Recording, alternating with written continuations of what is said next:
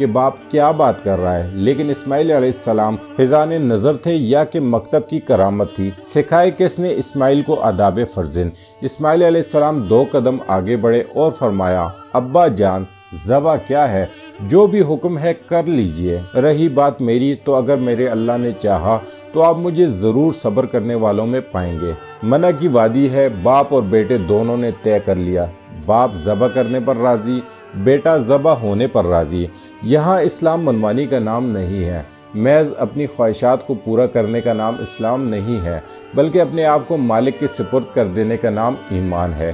اس کا نام اسلام ہے کہ جب دونوں باپ بیٹوں نے طے کر لیا اور راضی ہو گئے تو باپ نے بیٹے کو پیشانی کے بل لٹا دیا۔ قرآن کریم اس منظر کو یوں بیان کرتا ہے، لیکن اس پر مفکرین کی 2 رائے ہیں۔ ایک کے نزدیک الٹا اس لیے لٹکایا گیا کہ گردن کے پچھلے حصے کی طرف سے ذبح کر سکے اور بچے کا معصوم چہرہ آنکھوں کے سامنے نہ آئے اور دل کے اندر کوئی جذبہ رحم نہ آئے کہ جس سے اللہ کے حکم کی تعمیل میں دیر نہ ہو جائے۔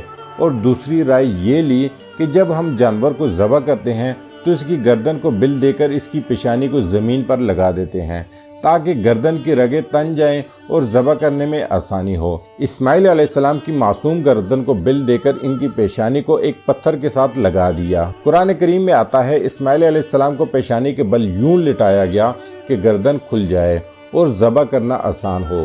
خون کا امتحان تھا اور خون کے ہاتھوں تھے تو باپ ہی، لہٰذا یہ منظر دیکھ نہ پاتے، اس لیے اپنی آنکھوں پر پٹی باندھ لی، کیونکہ حکم کی تعمیل بھی تو ہر صورت کرنا تھی۔ سعادت مند بیٹا باپ سے کہتا ہے کہ ابا جان مجھے رسی سے جکڑ لیجئے، کہیں ایسا نہ ہو کہ میں تڑپوں اور اللہ کا حکم ادا کرنے میں دیر ہو جائے۔ یہ سن کر باپ نے بیٹے کو رسی سے جکڑ لیا، ہاتھ میں چھری تھام لی، ذبح کرنے لگتے ہیں تو بیٹا بولتا ہے، ابا جان رسیاں کھول دیجئے۔ ابراہیم علیہ السلام نے پوچھا، میرے بیٹے، میرے لخت جگر، کیوں؟ کیا آپ کا منصوبہ تبدیل ہو گیا ہے؟ کہا، نہیں ابا جان۔ تو فرمایا، مجھے بتاؤ کیوں رسیاں کھولوں؟ اسماعیل علیہ السلام فرمانے لگے، بابا جان مجھے ڈر ہے کہیں تاریخ میں ہماری قربانی کو یوں بیان نہ کیا جائے کہ باپ ذبح کرنا چاہتا تھا اور بیٹا نہیں ہونا چاہتا تھا، اس لیے باپ نے بیٹے کو رسیوں سے جکڑ کر ذبح کیا۔ آپ میری رسیاں کھول دیجئے اور میرا یقین کیجئے میں نہیں تڑپوں گا۔ چنانچہ بیٹے کی رسیاں کھول دی جاتی ہیں۔ بیٹا پیشانی کے بل لیٹا ہوا ہے، چھری ہاتھ میں پکڑ رکھی ہے، منع کی وادی ہے۔ دل خراش منظر دیکھ کر ہوا بھی تھم سی جاتی ہے، روئی زمین گویا سکتہ ہو جاتے ہیں۔ آسمان پر حورے اور فرشتے یہ منظر دیکھ کر خاموش ہیں، زمین کانپ رہی ہے، منع کی وادی میں تھر تھراہٹ تھاری ہے۔ مالک قیامت آنے والی ہے۔ فرشتے اللہ سے پوچھ رہے ہیں، مالک تیرے حکم کی تعمیل میں تیرا بندہ انتہا کو پہنچ چکا ہے، کیا یہ قیامت ہے یا قیامت اس سے بڑھ کر ہوگی؟ اللہ فرمانے لگے، تم کہتے تھے مالک تو انسان کو پیدا کر رہا ہے، انسان زمین پر فساد کرے گا جسے ہم سجدہ کریں گے۔ اب تم میرے بندے کی ادا تو دیکھو، ذرا میرے بندے کا انداز محبت تو دیکھو، میری فرما برداری، اطاعت اور انکساری کی انتہا تو دیکھو، اور میرے بندے کی صبر کی مثال تو دیکھو، اور دیکھو کیسے میرا بندہ میرے حکم کی تعمیل کر رہا ہے۔ اس لمحے نازک میں کائنات کی آنکھیں چپک رہی ہیں، سورج منہ چھپا رہا ہے کہ یہ منظر دیکھا نہیں جا رہا، اور منع کی وادی تھر تھر کانپ رہی ہے کہ ایک بوڑھا باپ ہاتھ میں چھری پکڑے اپنے نونہال فرزند کو ذبح کر رہا ہے۔ عجیب منظر ہے کائنات کے اندر۔ ابراہیم علیہ السلام آگے بڑھے، بیٹے کی گردن پر چھری رکھی اور پوری قوت سے چھری کو جنبش دی، لیکن اللہ کی قدرت کہ چھری نے اسماعیل علیہ السلام کی گردن کو نہیں کاٹا۔ ابراہیم علیہ السلام یہ دیکھ کر چھری سے کہتے ہیں، اے چھری کیوں نہیں کاٹتی؟ میرے ننھے اسماعیل کی گردن تو بہت نازک ہے، تو کاٹتی کیوں نہیں؟ چھری کو اللہ پاک نے آواز دی، کہنے لگی، اے خلیل اللہ، آپ کاٹنے کو کہتے ہیں اور اللہ رب ذوالجلال کہتا ہے کہ اگر تو نے اسماعیل کا ایک بھی بال کاٹا تو تجھے جہنم کی گہرائیوں میں پھینک دوں گا۔ اے خلیل اللہ، آپ کی مانوں یا رحمان کی مانوں؟ ابراہیم علیہ السلام نے کہا، چھری تیرا کام تو کاٹنا ہے۔ چھری نے کہا، حضرت آگ کا کام بھی تو جلانا ہوتا ہے، جس نے آگ کو جلانے نہ دیا یہ بھی اسی کا حکم ہے۔ اس کا مفہوم تو حضرت ابراہیم علیہ السلام یہ بھی نکال سکتے تھے کہ میں نے اللہ چھری چلا دی، اب اگر چھری نے نہیں کاٹا تو اس میں میرا کیا قصور؟ لیکن نہیں، حضرت ابراہیم علیہ السلام نے دوبارہ چھری کو تیز کیا، اسماعیل علیہ السلام کی حلق پر چھری کی نوک رکھی اور اپنا سارا وزن ڈال دیا۔ فرشتے یہ دیکھ کر حیران ہیں۔ اللہ فرماتے ہیں، اے جبریل جاؤ اور جنت سے منڈا لے جاؤ، میرا خلیل پیچھے ہٹنے والوں میں سے نہیں۔ دورانچہ جبریل امین علیہ السلام جنت سے منڈا لے کر جاتے ہیں، حضرت اسماعیل علیہ السلام کو چھری کے نیچے سے ہٹاتے ہیں، اس کی جگہ منڈا رکھ دیتے ہیں۔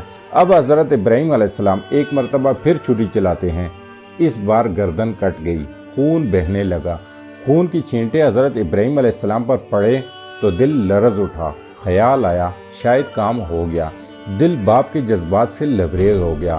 ابراہیم علیہ السلام نے اپنی آنکھوں سے پٹی ہٹائی تو دیکھا سامنے کا منظر ہی بدل چکا تھا۔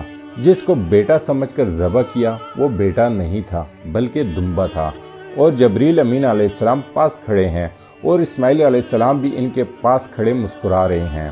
بے ساختہ زبان سے نکلا اللہ اکبر۔ اسماعیل علیہ السلام بولے لا الہ الا اللہ اللہ اکبر وللہ الحمد۔ جبریل امین علیہ السلام بولے اللہ اکبر وللہ الحمد۔ اب دونوں حضرت ابراہیم علیہ السلام اور اسماعیل علیہ السلام کو یقین تھا یہ سارا اہتمام اللہ کی طرف سے ہے۔ یہ ایک آزمائش تھی، کیونکہ جبریل امین علیہ السلام کا آنا اور حضرت اسماعیل علیہ السلام کی جگہ دمبے کا ذبح ہونا، تو یہ یقین تھا کہ جبریل امین علیہ السلام ہی بارگاہ الہی سے لے کر آئے ہوں گے اور بیٹا پاس کھڑا مسکرا رہا ہے۔ یہ سارا منظر خود ہی بتا رہا تھا کہ رب نے قربانی قبول کر لی۔ سبحان اللہ، اللہ اکبر۔ لیکن صرف اتنا نہیں ہوا کہ موجودہ منظر ابراہیم علیہ السلام کو یقین دلاتا کہ قربانی قبول ہو گئی، بلکہ منع کی وادی چمکنے لگی اور وہی کے اجالوں سے پوری وادی روشن ہو گئی۔ ابھی ابراہیم علیہ السلام اپنے رب سے کوئی سوال کرتے، وہی کی آواز آنے لگی اے ابراہیم، تو نے واقعی خواب کو پورا کر دکھایا، تو بس ہم اپنے بندوں کو یوں ہی صلاح دیا کرتے ہیں، ہم نے تیرے ہاتھوں سے تیرے بیٹے کو ذبح نہیں کروانا تھا، ہم نے تو بس تیرا امتحان لینا تھا۔ بس ابراہیم، تیرا امتحان پورا ہو گیا، ہم نے تیری سنت کو اب قیامت کے لیے باقی رکھا۔ اور پھر خود اللہ فرماتے ہیں سلام علی ابراہیم، اے ابراہیم تم پر سلامتی ہو۔ یہ واقعہ اسلام کی تاریخ کا اہم ترین واقعہ ہے جو کہ 10 ذوالحج کو پیش آیا۔ حج کے موقع پر لاکھوں لوگ حج عطا کرتے ہیں اور 100 جانور قربان کرتے ہیں، اور منع کی وادی آج بھی ان الفاظ سے گونج اٹھتی ہے سلام علی ابراہیم، سلام علی ابراہیم۔ حضرت ابراہیم علیہ السلام پر اللہ کی لاکھوں کروڑوں رحمتیں نازل ہوں، آمین۔